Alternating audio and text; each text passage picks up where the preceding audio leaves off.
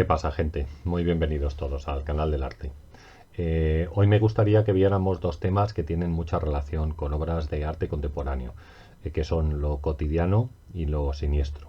Entonces vamos a apoyarnos en unos pequeños textos que yo tengo aquí delante mío y vamos a ir viendo algunas obras de diferentes artistas para, bueno, pues intentar definir lo que es lo cotidiano y lo que es lo siniestro en nuestros días y también cómo aplicarlo en muchos casos a obras de arte contemporáneo, ¿no?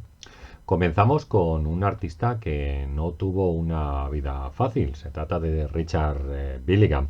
Su entorno familiar se vio desestructurado desde una edad muy temprana. Cuando Billingham tenía 10 años, su padre fue despedido de su trabajo como maquinista y decidió no volver a trabajar e intentar vivir de los subsidios sociales, convirtiéndose al mismo tiempo en una persona alcohólica. Mientras su madre, con tendencia a la obesidad, se pasaba el día fumando, haciendo puzzles y cuidando de sus mascotas, ¿no? Por las que tenía una gran obsesión. Bueno, lo que hizo Richard Billingham fue intentar retratar este mundo que acabamos de definir, ¿no? El día a día de una familia que se había visto obligada a vender su casa debido a la necesidad económica para poder acceder a un piso de protección oficial, de protección social, donde en poco espacio, digamos, en un gran espacio tenían que desarrollar su vida diaria, ¿no? Un lugar donde además la incomunicación estaba muy presente por el hastío, ¿no? Del día a día, el silencio se imponía y la comunicación se sustituía por otros elementos que van, por ejemplo, desde la televisión al alcohol o simples entretenimientos que son pasajeros, ¿no? Se trata de la vida cotidiana del artista, ¿no? Pero debemos tener en cuenta que a veces lo cotidiano también se transforma en algo siniestro. Es decir, lo que es normal, por ejemplo, para mí puede resultar normal en mi comportamiento diario, puede resultar extraño para otra persona que adopta o tiene otro tipo de costumbres, ¿no? O otro tipo de comportamiento en la intimidad, ¿no? Y es que muchas veces el miedo a lo desconocido pues nos aterra, ¿no? Porque no queremos cambiar, ¿no? Parecemos obsesionados muchas veces también por intentar, no sé, conocer las costumbres de los demás, ¿no? Un ejemplo claro son todos estos programas de televisión donde aparecen famosos o pseudo famosos que cuentan su vida como si fuera un gran hermano, ¿no?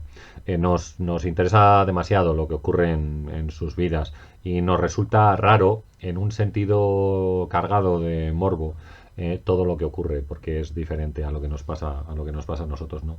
En ocasiones su comportamiento pues nos puede provocar cierta desazón, ¿no? Todo ello nos lleva a compartir parte de sus vidas como si les conociéramos de algo, como si fueran alguien de nuestra propia familia, como si al encontrarnos en la calle les saludáramos por su nombre de pila, porque lo hemos escuchado tantas veces en la televisión que nos resultan familiares y conocemos muchos de sus secretos, ¿no? Pero en realidad no tenemos ni idea, ¿no? No sabemos nada de su vida privada.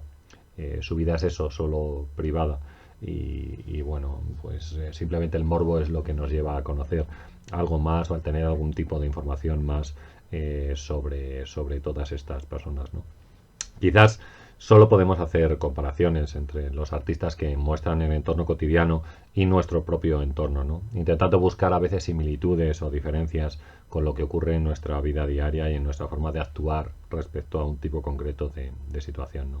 En las diferencias podemos escrutar nuestros propios miedos, ¿no? Nuestros vicios o nuestras rutinas. Así lo expresaba Tania Pardo en un artículo publicado en la revista Lápiz que se llamaba Lo doméstico, un territorio desconocido, entre paréntesis, y decía que hablar del entorno cotidiano mediante el arte puede servirnos como terapia para ver reflejados nuestros propios miedos, amores, temores y resoluciones cotidianas que ahora parecen hacernos reflexionar desde el otro lado. Y es que en lo cotidiano, sigue Tania Pardo, hay siempre algo enigmático, extraño, raro. Lo cercano deja de serlo cuando nosotros somos conscientes de que lo aparentemente próximo ha dejado de estarlo. Bueno, esto es lo que expresaba ella respecto a lo cotidiano y que, como vemos, pues quizás tiene bastante razón, ¿no? En aquello de que lo cotidiano pues a veces se muestra como algo siniestro para nosotros. Freud decía que lo siniestro y vamos con otra imagen, Freud decía que lo siniestro es algo familiar. Es una cosa familiar que de repente se ha vuelto extraña, ¿no? Incluso algo inanimado que de repente cobra vida. Indudablemente en esto último, pues parece que tenía razón, ¿no? Pero insiste Freud en que lo siniestro se encuentra en lo familiar, ¿no? Algo que debió permanecer oculto durante un tiempo, pero que sale a la luz y aparece como si fuera algo extraño, ¿no? Algo raro, una cosa completamente diferente, ¿no? En la época en la que vivimos, cada día vamos acumulando miles de noticias y de información, algunas de ellas relevantes y otras, la mayoría, completamente irrelevantes, pero vivimos rodeados de estas imágenes y de estas noticias, ¿no? Incluso llegamos a sentir angustia en algunos casos si no conocemos todas estas noticias del momento. Miramos con ansia en internet, nos sentamos frente al televisor, escuchamos la radio para ver si algo ha pasado, más que nada para ver si ha ocurrido una catástrofe, ¿no? Bueno, otros artistas españoles, en este caso este que tenemos aquí, Enrique Martí, también han utilizado miembros de su familia en sus composiciones, como por ejemplo estas esculturas del padre y la madre del artista, que nos muestran bueno, a sus padres en diferentes actitudes, tanto cotidianas como grotescas, ¿no? En algunos de los casos por el morbo que pueden llegar a producir, ¿no? Y es que la vida privada o la vida personal se da cita en muchos artistas. Muchos de ellos, por ejemplo, pertenecen a una generación que conocemos con el nombre de Young British Artists. Esta generación de artistas de los años 80, principios de los años 90, a la cual también podíamos sumar a Richard Billingham, que hemos hablado antes de él. Pero, por ejemplo, aquí tenemos una imagen de Mark Quinn. Mark Quinn presentó un rostro realizado con su propia sangre, la cual él se había sacado durante 5 meses. Se presenta en una vitrina que está en unas condiciones especiales para poder mantenerlo helado y que la sangre no se deshaga. Pero bueno, ahí tenemos el rostro, su propio rostro, ¿no? La obra se llamaba Self, ¿no? Significa yo mismo, ¿no?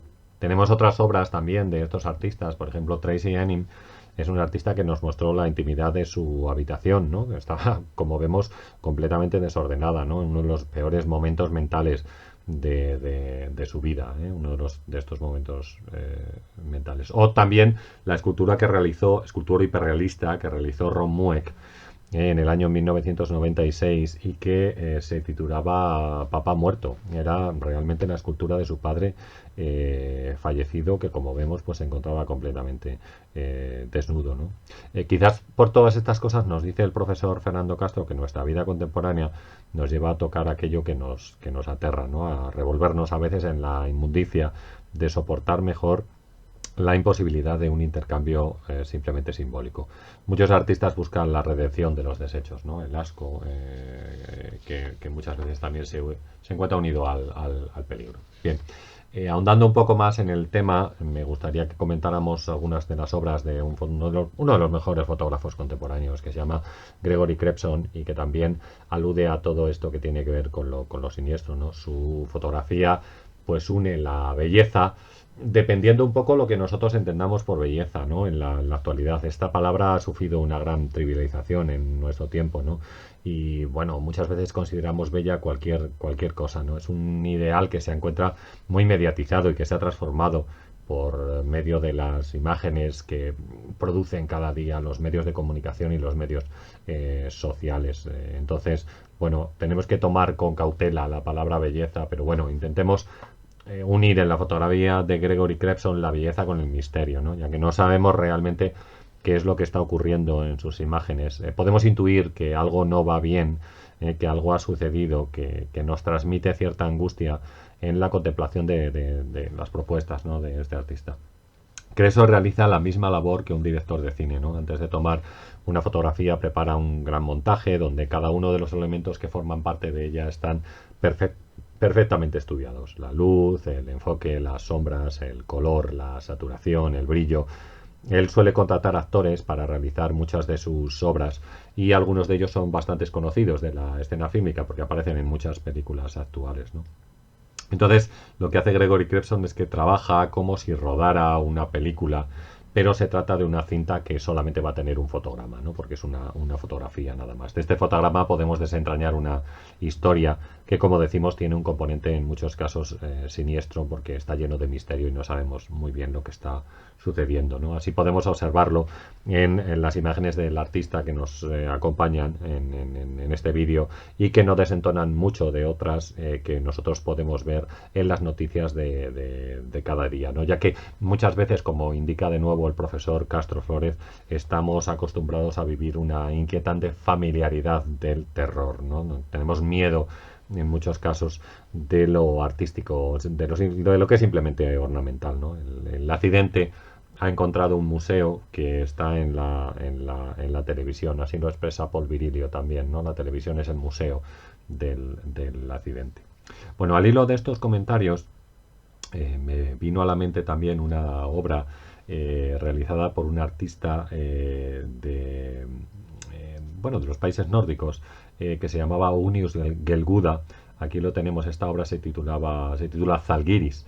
Y bueno, la obra es una proyección fotográfica y representa a un grupo de jóvenes que no sabemos muy bien qué es lo que están haciendo, pero que parece que se encuentran en una actitud un tanto amenazante, ¿no? Como en un éxtasis provocado por una situación concreta. Tanto es así que no sabemos realmente dónde situar a estas personas. Es posible que se encuentren en un concierto, ¿no? Que puede ser un concierto de música rock, donde, bueno, pues todos estos jóvenes aparecen perfectamente identificados con la música, o bien en una manifestación, ¿no? que se ha descontrolado y que donde finalmente hay unos grupos violentos que lo que están haciendo es enfrentarse a las fuerzas del orden. Claro que también pueden ser una serie de hinchas, ¿no? De algún equipo de fútbol o de baloncesto, hinchas fanáticos, que están bien celebrando el triunfo de su equipo, o bien preparados para atacar a los hinchas del equipo contrario, ¿no? Que tristemente pues no llevan los mismos colores que el suyo, y bueno, pues fíjate qué desgracia, parece que van a tener que pegarse con ellos, ¿no? Una actitud completamente primaria, pero bueno, en la cual estamos muy acostumbrados en el día a día, ¿no? Con lo cual lo que es real y lo que es imaginado se juntan en la imagen, para que nosotros lo podamos comentar, ¿no? Igual que decimos que ocurre en las fotografías de Gregory Crepson, ¿no? que suponen para el espectador un esfuerzo, ¿no? Por intentar adivinar qué es lo que sucede en una situación concreta, por qué este tipo de luz, por qué este color, esta imagen, por ejemplo, en color azul, con una persona al fondo trabajando en la cocina. El artista, por tanto, lo que trata es de establecer una comunicación con la persona asistente a la exposición, ¿no? Para que se lleve no solo una imagen para contemplar, sino también bueno, pues que se muestre activa en el proceso artístico y que pueda pensar sobre lo que está apareciendo en la figura, ¿no? Por otra parte, como decimos, como a diario convivimos con el miedo, este miedo pues muchas veces nos atenaza. El único sitio donde quizás nos sentimos protegidos es en nuestra casa, en nuestro hogar, ¿no? Pero claro, allí en el hogar, lo cotidiano a veces se transforma en algo siniestro, que es un poco lo que podemos apreciar en las obras de Gregory Crepson, ¿no? Toda esta mezcla de obras entre lo que supone la realidad y el simulacro, y vamos a definir esta palabra, ¿no? Simulacro en el sentido en el que lo hablaba Baudrillard, ¿no? Como una estrategia adoptada por el orden de producción capitalista para lograr supervivencia a través del consumo de objetos o signos que circulan en nuestra sociedad. Es decir, el simulacro nos lleva al consumo, ¿no? Y bueno, pues realidad y simulacro se dan la mano para tratar de motivar, ¿no? la imaginación del espectador. Muy bien, este es nuestro vídeo de hoy, ¿no? Tratando de definir lo cotidiano y lo siniestro, y utilizando varias imágenes de arte contemporáneo para ello. Como siempre, si os queda cualquier duda, gente, si tenéis cualquier cuestión, queréis establecer un pequeño debate, pues ya sabéis, dejar un comentario, y si está en mi mano resolverlo o contestar, pues sin ninguna duda yo lo haré. Venga, un saludo a todos y hasta el próximo vídeo.